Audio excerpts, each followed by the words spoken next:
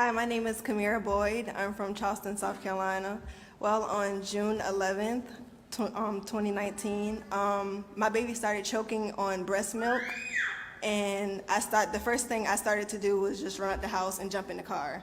While leaving out of my neighborhood, Officer Kimbrough came. He was coming into the neighborhood, and he immediately pulled me over, and we immediately jumped out, and he just took her from my arms and proceeded helping her. And yeah, thank you. Saved her? Yeah, saved her. Really? Wow. You don't hear those stories. That's why I think it's important to have a meeting like this, a little different, and it's the meeting that we should have about 100 times out of almost 100. This is the one because the police do such a great job, and there's an example. That's fantastic. That's fantastic. And do you know the gentleman on your left? Come on, let's go. Let's tell that story, please. What do you mean, like? No, you know? Do you want to go ahead? Please, yes, go ahead. Mr. President, Vice President, Attorney General Ball, thank you for having us here, other distinguished guests. My name is William Kimbrough. I'm from Charleston, South Carolina. I work for the Berkeley County Sheriff's Office. As Kamira was saying, on July 10th of 2019, while I was patrolling the unincorporated district of Summerville, South Carolina, I came across Kamira and her grandmother speeding in a car. I conducted a traffic stop on that vehicle, and as soon as those vehicles stopped, lady later identified it. Was it your grandmother, Kamira? It was my stepmom. Oh, your stepmom had jumped out of the vehicle and was frantic and said, my baby, she can't breathe. And I kind of stepped back and I said, what? And, you know, the rest was captured on my body cam video that's since gone viral. But as soon as I made entrance over, stepped up to Kamira, I instantly asked her for the baby, who is now my goddaughter. And wow. godmom over there, Noni. Hi, Noni. Say hi, Noni. And so, yeah, we've been blessed, and it's been a wonderful experience. Wonderful. Great job. Thank you. Well, that's what I meant when I kiddingly said. That's what I meant when I kiddingly said, you know the gentleman on your left, because you really know him. Oh, okay.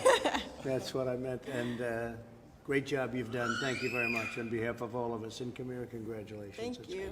Thank you for being here, Kamira. Thank you. Thank you. Thank you both. Please, go ahead. It was about 2 weeks ago. I was laying in bed with my other 3 kids, and, well, I forgot to introduce myself, sorry.